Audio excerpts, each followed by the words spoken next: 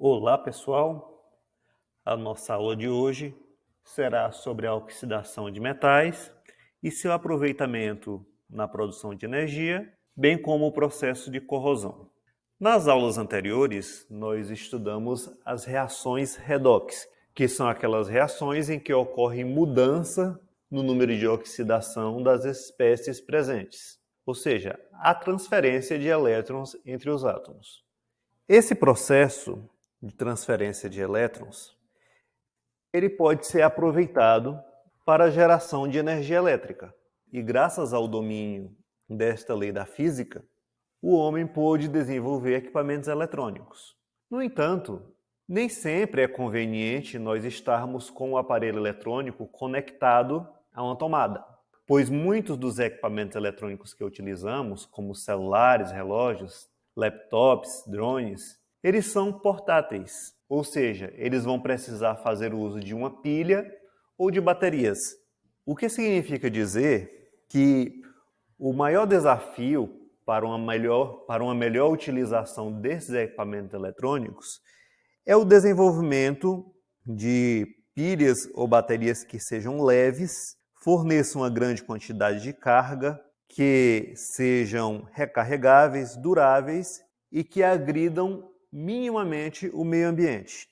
A reação química envolvida em uma pilha, como que ela gera eletricidade, seu funcionamento e a resposta a todos esses desafios são regidos por uma área da química denominada de eletroquímica, que é o que vamos estar estudando a partir de agora.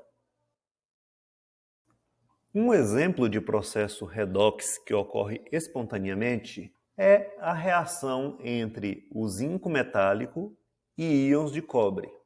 Aqui, nesta imagem, nós temos uma solução de sulfato de cobre 2 e uma placa de zinco. Quando mergulhamos esta placa de zinco nesta solução de sulfato de cobre 2, com o passar do tempo, nós observamos que a solução vai se tornando menos azulada e a placa de zinco, a parte que está mergulhada na solução, passa a ter uma cor avermelhada.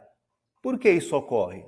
Porque o cobre 2, que é responsável por essa coloração azul e que estava presente na solução, está sendo reduzido a cobre zero, isto é, cobre metálico. E assim ele se deposita sobre a placa de zinco. Por outro lado, o zinco metálico está se transformando, está se oxidando a zinco 2+, e esse íon passa para o meio aquoso. Como esse íon é incolor, a solução vai se tornando mais clara com o passar do tempo. Então isto é um exemplo de uma reação redox que ocorre espontaneamente. Então, neste processo, o zinco funciona como um agente redutor, o que significa dizer que ele, ao se oxidar, provoca a redução do cobre, enquanto que o cobre 2+, é um agente oxidante, pois ele, ao se reduzir a cobre zero, provocou a oxidação do zinco. Uma grande vantagem desse tipo de reação é que ela pode ser aproveitada para gerar eletricidade. Esse processo de transferência de elétrons, se ocorrer ordenadamente, pode ser aproveitado para gerar corrente elétrica. Para isso ocorrer, basta montarmos um aparato que denominamos de pilha. Na pilha, o agente oxidante e o agente redutor, eles ficam localizados em compartimentos separados. E cada um desses compartimentos é denominado de semicélula eletroquímica, ou semicela eletroquímica. Porém, para haver condução de corrente elétrica, que é o movimento ordenado de elétrons, é necessário haver contato entre esses dois dispositivos. As placas metálicas são chamados de eletrodos da pilha.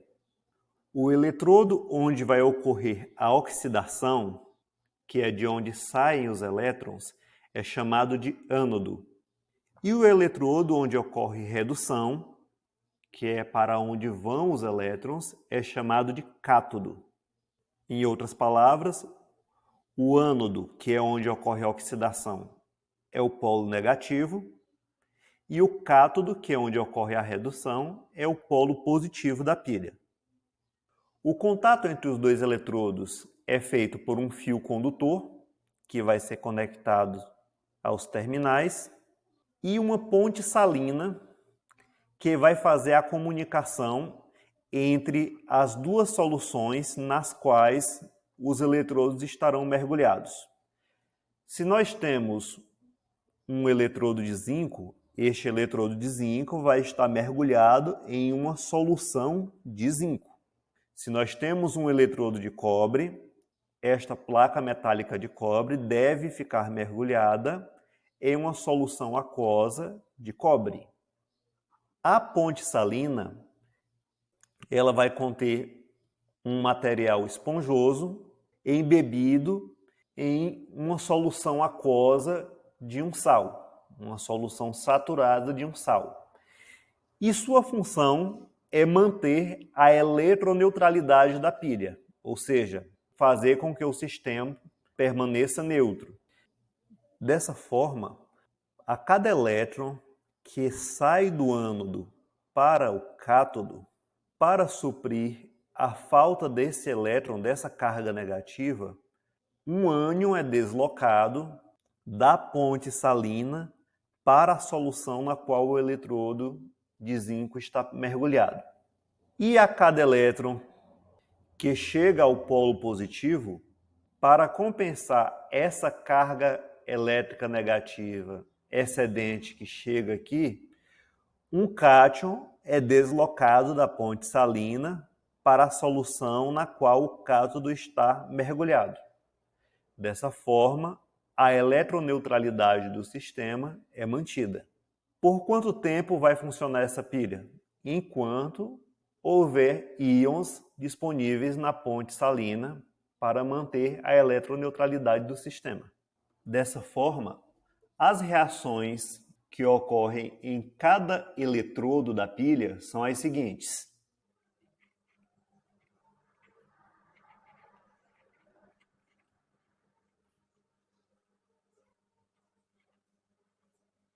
No ânodo, que é o polo negativo da pilha, é onde vai ocorrer a oxidação.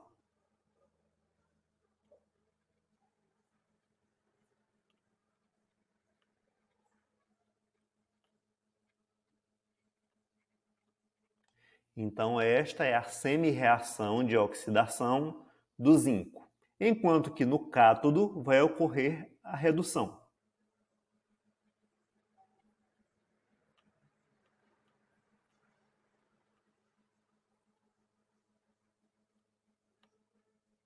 O cobre que está presente na solução vai receber esses dois elétrons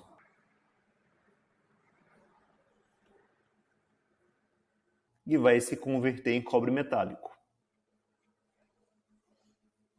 Então, esta é a semi-reação de redução. Se nós somarmos essas duas equações, nós obtemos a reação global da pilha. Então, temos aqui 2 elétrons nos reagentes e 2 elétrons nos produtos. Cortamos como se fossem equações algébricas. Então, no membro dos reagentes, ficamos com zinco metálico reagindo com o íon cobre 2.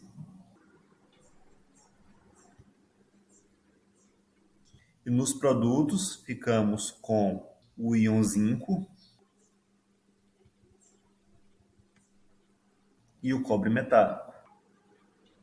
Então, esta é a reação global da pilha. Uma outra maneira prática de representar o esquema de uma pilha, essa forma de montar uma pilha, que é chamada de pilha de Daniel, é a seguinte. Nós colocamos de um lado o processo que ocorre no ânodo, do lado esquerdo, que é o zinco se oxidando a zinco 2+, e colocamos 2 barras E do lado direito colocamos o processo que ocorre no cátodo, que é o cobre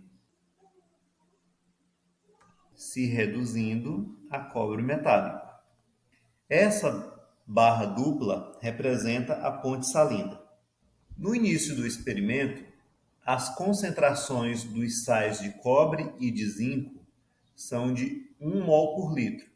E nesse caso, se nós conectarmos os fios a um multímetro, nós percebemos que a diferença de potencial elétrico entre esses dois eletrodos será de 1,1 volt. Essa diferença de potencial elétrico, ela depende dos metais que compõem os eletrodos da pilha.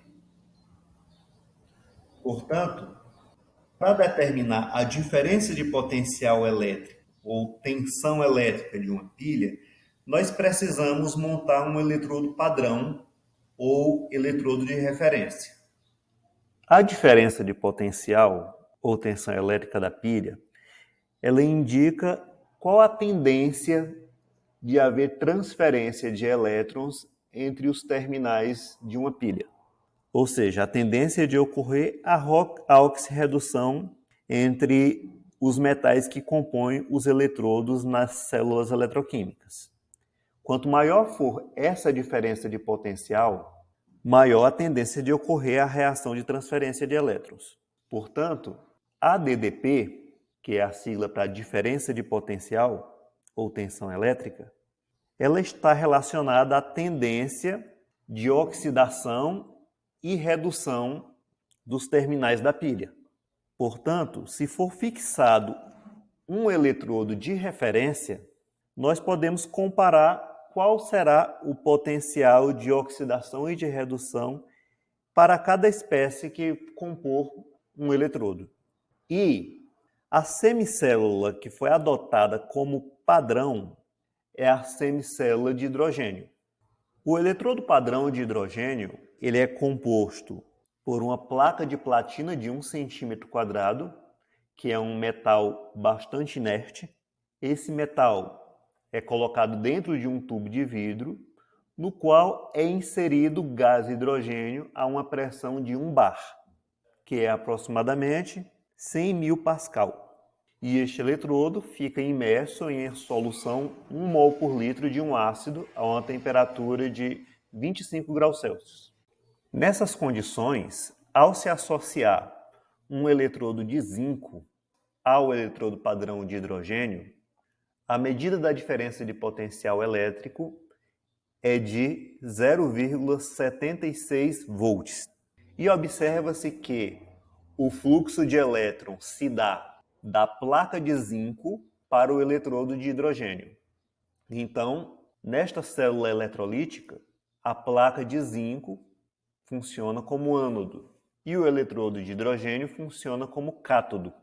Então, aqui vai ocorrer a redução do hidrogênio. O processo global é o seguinte: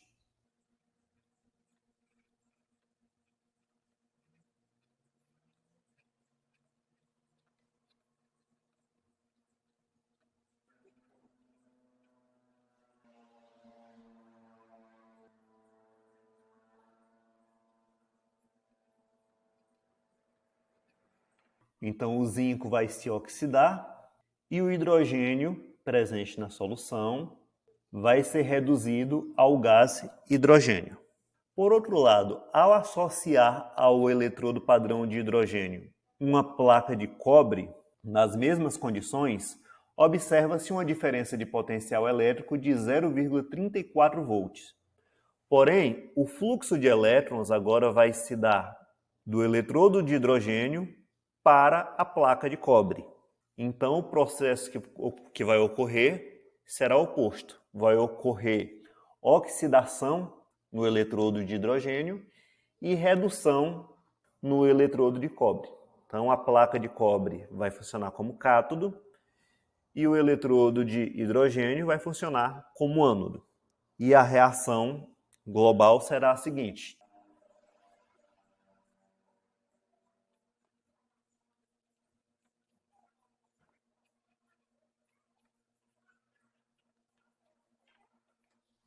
Então, o gás hidrogênio perde elétrons para o eletrodo de platina. Esses elétrons são transferidos para o cátodo de cobre. Os hidrogênios oxidados passam para a solução e os íons de cobre presentes na solução, ao receberem o elétron doado, são depositados na placa metálica. Então, podemos concluir que, comparado ao eletrodo de hidrogênio, o zinco tem maior tendência de perder elétrons, ou seja, ele tem um maior potencial de oxidação que o gás hidrogênio, que por sua vez se oxida mais facilmente que o metal cobre. Em outras palavras, o cobre tem maior tendência de redução que o gás hidrogênio e o gás hidrogênio tem maior tendência de redução que o zinco metálico.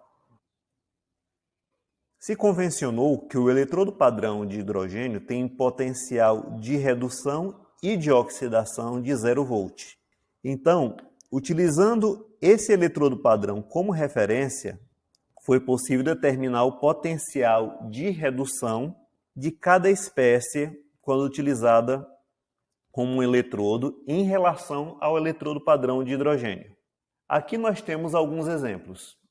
Quando o sinal do potencial padrão de redução é negativo, significa que esse processo não ocorre espontaneamente e que esses metais, frente ao hidrogênio, têm tendência de sofrer oxidação e não redução. Já esses que o potencial de redução é positivo, significa que o processo ocorre espontaneamente. Quanto maior o potencial de redução de um metal, maior é o seu caráter oxidante. E quanto maior o potencial de oxidação de uma espécie, maior será o seu caráter redutor. Então imaginemos uma pilha formada por zinco e por cobre. Qual será a diferença de potencial desta pilha? O zinco tem potencial de redução bastante inferior ao potencial de redução do cobre. O que significa dizer que numa pilha formada por esses dois metais, o eletrodo de zinco vai sofrer oxidação.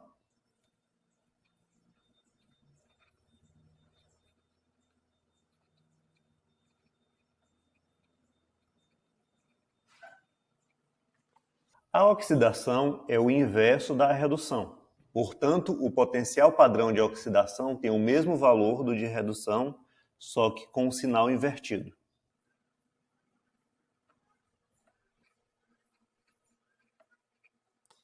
E o cobre vai sofrer redução, visto que tem um potencial maior.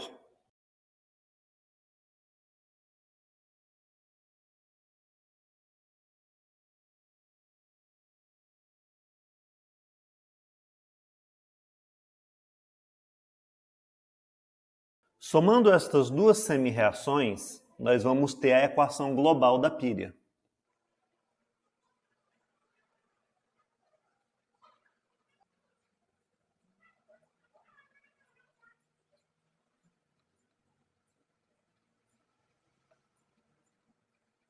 E a diferença de potencial vai ser a soma desses dois potenciais padrão.